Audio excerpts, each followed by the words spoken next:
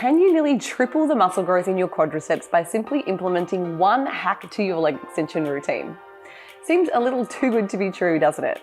Well, in today's video, we'll be diving into the latest research suggesting almost 3 times the muscle growth response in the rectus femoris when training in a more recumbent position compared to sitting in the upright position when performing the leg extension. Within the resistance training literature, several studies have examined the effects of manipulating exercise selection and/or the way an exercise is performed, for example, the range of motion for a given exercise, on muscle hypertrophy. It is increasingly recognized that specific exercises and/or performing certain ranges of motion for a given exercise may differentially affect the target muscle group. For example, a study by Zabaleta et al. From 2021 demonstrated that performing the Smith machine squat exercise preferentially grew muscles of the vasti, which include the vastus lateralis, the vastus medialis, and intermedius, with little to no growth being observed in the rectus femoris. Conversely, individuals who performed the leg extension exercise not only observed muscle growth in the vasti muscles, but also in the rectus femoris. More recently, an acute study by Matsuia et al. From 2023 examined the impact of hip flexion angles on muscle activation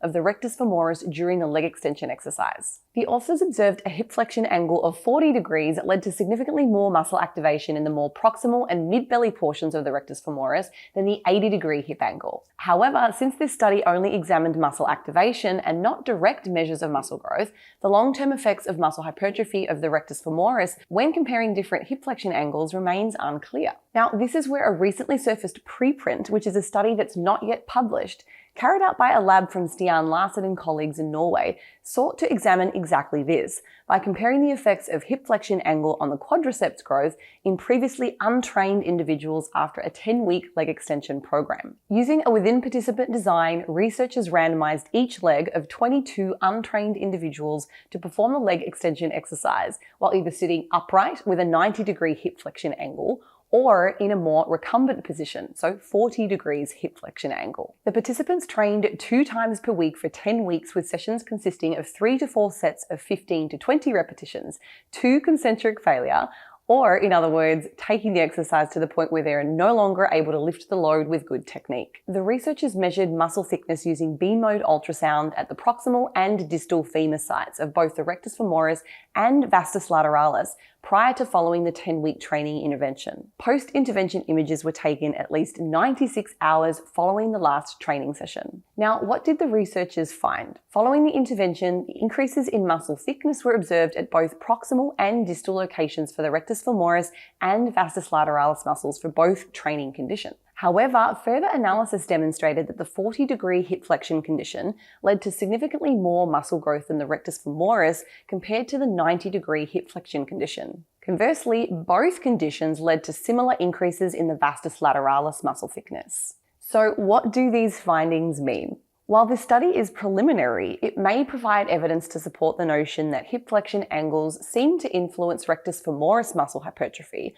but not vastus lateralis muscle hypertrophy. So why might this be the case? Well, the authors suggested that the 40-degree hip flexion angle condition might have been superior for promoting rectus femoris muscle growth due to the extended muscle lengths attained during exercise with the increased hip flexion. Interestingly, there has been recent controversy regarding the effects of muscle length and hypertrophy outcomes. However, the quadriceps seem to produce greater forces at longer muscle lengths. The reason why the longer length condition favored only the rectus femoris and not the vastus lateralis is because of the functions of each of these muscles.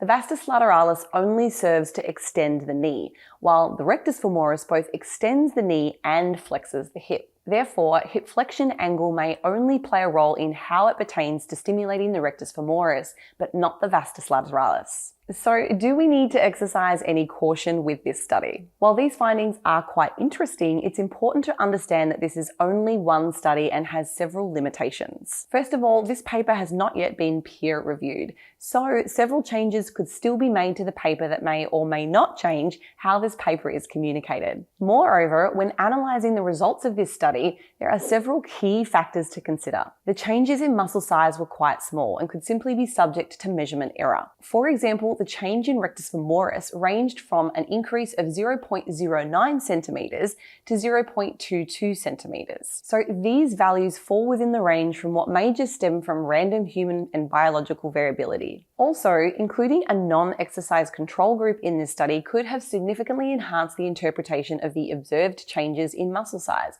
a critical aspect that was unfortunately not incorporated into this research. Additionally, such small changes could be deceiving when it comes to interpreting the magnitude of difference between the two conditions. For example, it has been communicated by certain individuals across social media platforms that the rectus femoris grew 50 to 170% more with the 40-degree hip flexion angle. However, after reviewing the raw data changes, the proximal site grew 0.22 versus 0.09 for the 40-degree hip flexion variation and the 90-degree hip flexion variation respectively, while the distal site grew 0.16 versus 0.11 for the 40-degree and 90-degree hip flexion angle respectively. So in this last example, this change of 0.05 is actually very small. Now, when I look at this data, it does not seem quite as dramatic as what's being communicated to the public, especially given the context of potential for random measurement error. Now, with that said, I believe that there should be more caution given when discussing these differences. Now, last of all, there was quite a bit of variability when looking at the plot changes, where some individuals grew substantially more,